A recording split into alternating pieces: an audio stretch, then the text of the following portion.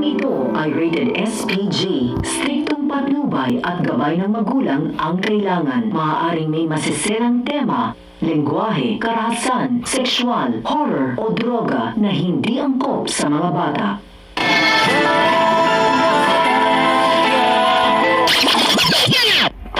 Mga dapat nating abangan sa FPJ's Batang Quiapo.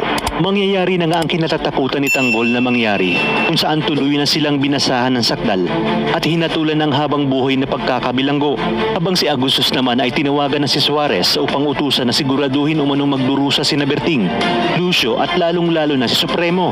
Kaya naman dito inutos agad ni Suarez na ilabas na ang mga ito at dalhin sa interrogation room, hindi para tanungin at usisain, kundi para pahirapan.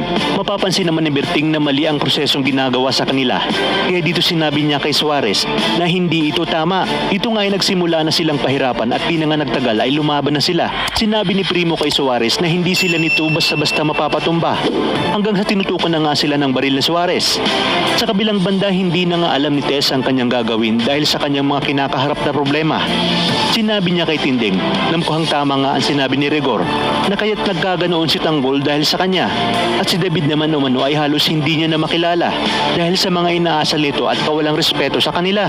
Iginit naman ni Tinding na huwag susukuan ni Tess si David at huwag nang uulitin ang pagkakamali nitong pagsuko kay Tanggol. Samantala, dahil sa sama ng loob ay mapipilitang puntahan ni Rigor si Lena sa kanyang bahay matapos nang sabihin sa kanya nito na kapag kailangan ito na makakausap at gustong magpahinga ay dumalaw lang ito sa bahay niya. Ngunit di kalaunan ay muling may mangyayari sa kanila kung saan pagtataksilan muli ni Rigor ang kanyang asawang si Tess. Sa kabilang banda, dahil hindi naging matagumpay si Olga na tapusin ang buhay ni Tanggol bago pa man ito ilipat sa jail, ay gagawa ulit siya ng paraan para pahirapan si Tanggol, kung saan nga ay uutusan niya si Paquito na maghanap ng mga tao sa loob upang masiguro na maghihirap si Tanggol.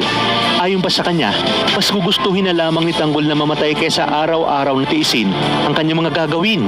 Sa inyong palagay, sino kaya ang natatanging pag-asa para malampasan ni Tanggol ang kalbaryo ng krus na kanyang dadalhin sa loob ng bilibid? Kaya naman mga kapamilya, tutok lang dahil marami pa tayong dapat abangan dito lang sa pambansang teleserye ng Sambayanan, ang FPJ's Batang Quiapo.